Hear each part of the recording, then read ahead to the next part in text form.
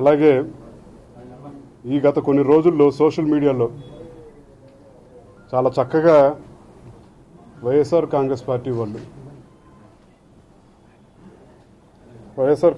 వాళ్ళు రకరకాల దాడులు చేయించి రకరకాల గ్రూపులు క్రియేట్ చేయించి కొంతమంది బెదిరింపులు, నేను చంపేస్తాం, నీ అంతు తేలుస్తాం, నన్ను చంపి మీకు నిజంగా సాటిస్ఫాక్షన్ వస్తుందని చెప్పి అనుకుంటే నన్ను చంపేసేయండి బాబు, నాకు తాడు బొంగరం లేనోడిని, నాకు నా ప్రాణం కంటే కూడా, నాకు అన్నిటికంటే ముఖ్యం నాకు ఒకటే, నా తండ్రి ఆశయం. నా తండ్రి పోరాడింది ఒక పార్టీలో ఉండి పోరాడినా సరే పేద ప్రజలు అందరూ బాగుండాలని చెప్పని, పేద ప్రజలు పట్టాల కోసం అని చెప్పని, ఇళ్ల కోసం అని చెప్పని ఆ రోజు పోరాడారు, ఆయన ప్రాణం అర్పించారు. ఇది నెరవేరకుండా మీరు నన్ను చంపేస్తానంటే పర్వాలేదు బాబు, మీరు సాటిస్ఫై అవుతారని చెప్పంటే పర్వాలేదు, మీరు అదే చేయండి సార్, నాకు ఎటువంటి ఇది లేదు. అసలు అది మీరు ఇష్టం వచ్చినట్టు నోటుకు వచ్చినట్టు మాట్లాడి ఇవాళ ఐపీ అడ్రస్ ట్రేస్ చేస్తే నీ కంప్లైంట్ పెట్టి మీరు ఏ రకంగా అయితే తెలంగాణ పోలీసు దగ్గర కంప్లైంట్ పెట్టి మాకు ఏపీ పోలీసుల మీద నమ్మకం లేదని చెప్పని స్టేట్మెంట్లు ఇస్తున్నారు. నేను ఇదే ఏపీ పోలీసు దగ్గర కంప్లైంట్ పెట్టి ఐపీ అడ్రస్ ట్రేస్ చేస్తే ఎక్కడెక్కడ ఈ గ్రూప్స్ క్రియేట్ చేసి నన్ను అల్లరి చేస్తున్నారని చెప్పనేది నేను చేయొచ్చు. నాకు పూర్తి నమ్మకం ఉంది ఆంధ్ర పోలీసుల మీద. అసలు అది ఇంకొకళ్ళలా కాదు, 100% నమ్మకం ఉంది, వాళ్ళు ట్రేస్ చేయగలుగుతారు. కానీ అది నాకు తెలుసు అక్కడ మీరు ఏం చేస్తారు. సాక్ష్యాలతో చూపించినా ఈ కింద వాళ్ళు చేశారు, నాకు సంబంధం లేదు, ఇది మేము చేయమని లేదు అని చెప్పని మీరు బలి చేసేస్తారు. మీరు ఎవరినైనా బలి చేయడానికి మీరు సిద్ధపడిపోతారు. మీ పార్టీలో మీరు ఇచ్చిన స్టేట్మెంట్ ఏంటండి? మీరు ఇచ్చిన స్టేట్మెంట్ ఏంటో స్టేట్మెంట్? ఎమ్మెల్యే ఏం చేయగలుగుతాడా, ఏం పీకగలుగుతాడా? ఒక రేషన్ కార్డు ఇప్పించలేనాడు, ఒక ఇళ్ల స్థలం ఇప్పించలేనాడు అని చెప్పంటే రాజీనామా చేసిన బయటకు వచ్చాను, నీ పార్టీలో ఇంకెందుకు ఉండాలి, నీ పార్టీలో ఏం పీకాలని చెప్పని.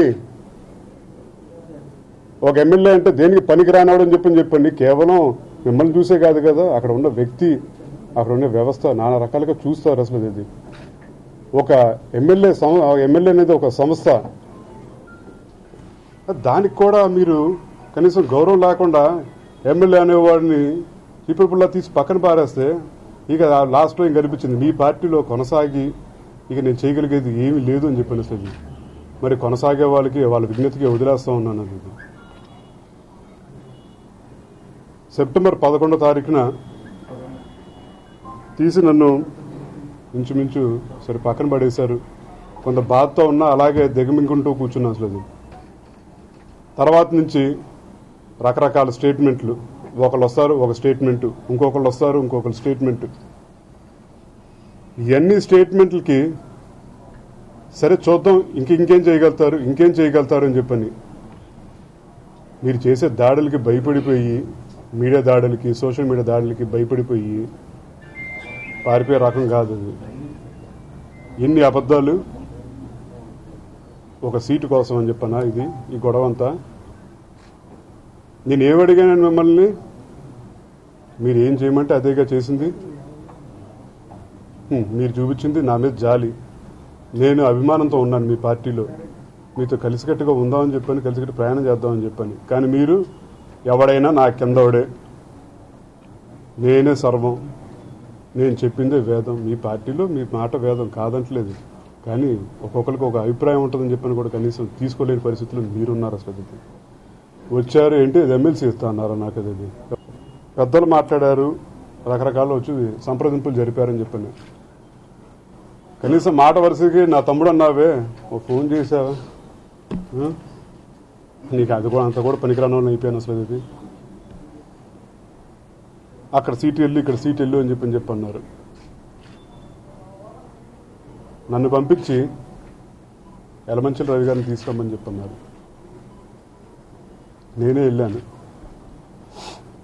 వెళ్ళి మాట్లాడి ఆయన బుజ్జగించి, సరే ఆయన దీంట్లో అధికారం పార్టీలో ఉన్నా సరే ఒక వ్యక్తి కింద గౌరవించి, నాకు ఎప్పటి నుంచో ఉన్న సాన్నిధ్యంతో మాట గౌరవించి వచ్చారు దీంట్లోకి.